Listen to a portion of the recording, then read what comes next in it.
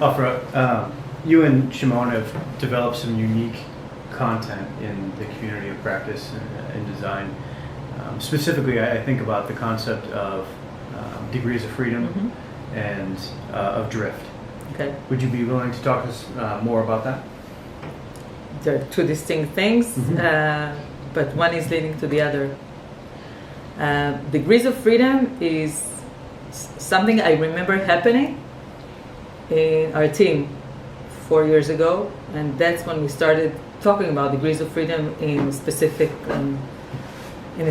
way, and starting teaching people how to work around it.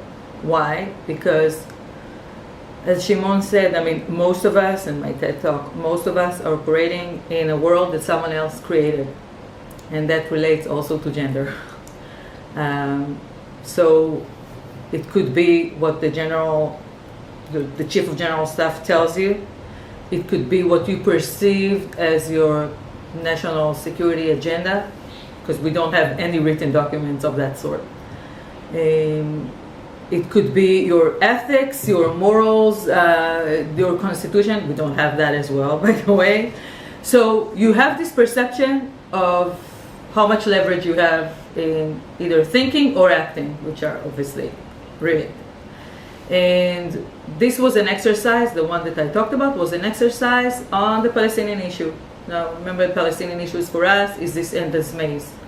You can count it from the 1920s or 1948 or 1967, but that's an endless maze. Why? Because politically we don't want to reach a decision on a Palestinian state. So, still, reality is moving. Palestinians want different things. The CENTCOM commander changes every 2 to 3 years. The chief of general staff changes every 2 to 3 years, and even the prime minister changes. And on the Palestinian side as well. But reality for the people doesn't change. But there's no studies, so you just need to keep your head above water.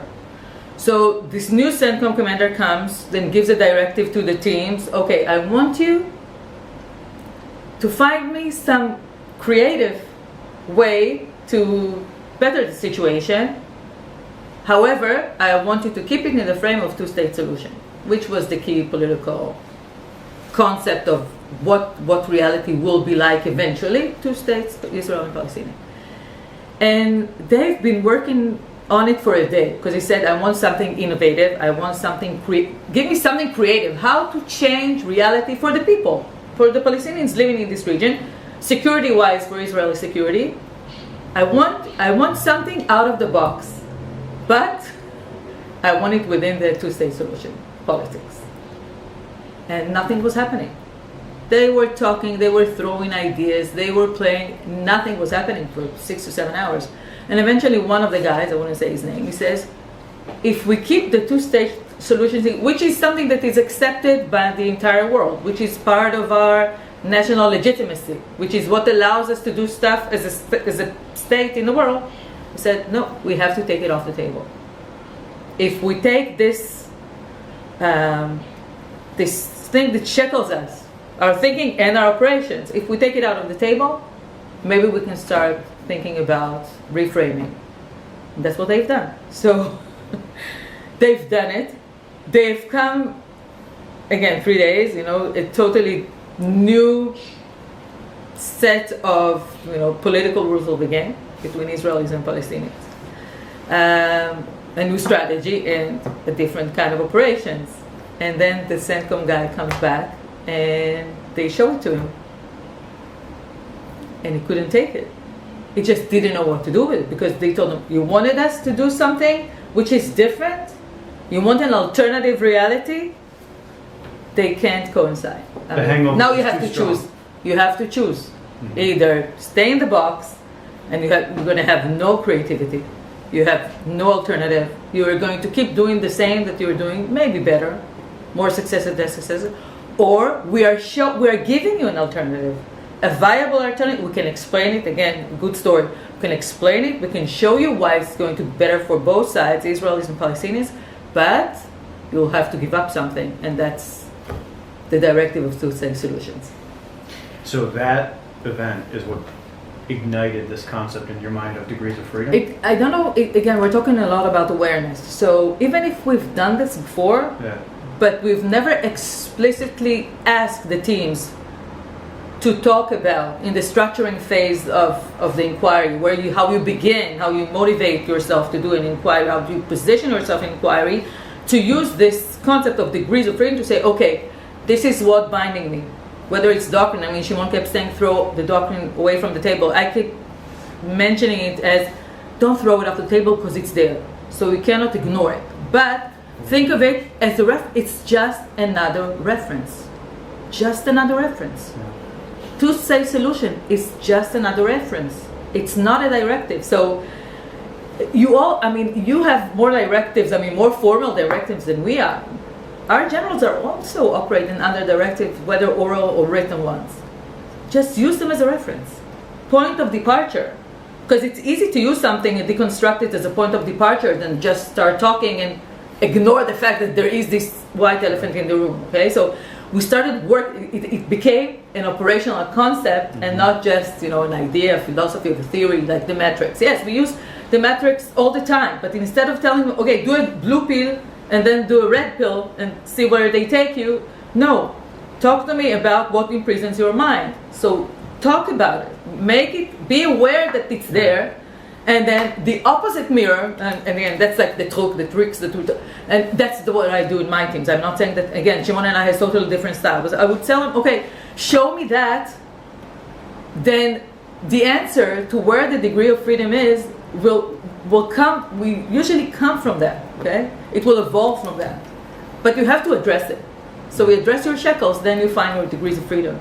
It's a lot more difficult to start with saying, okay, what are my degrees of freedom? No, start with what's shackling me, okay? Which is part of it. You see, even the question about what is perplexing me, I think it's harder to answer than what is shackling me right now, what is frustrating me. So, different kind of questions. So that was the degree of freedom. What year was that, approximately? 4 years ago. And how has the thinking on the concept of degrees of freedom evolved since then?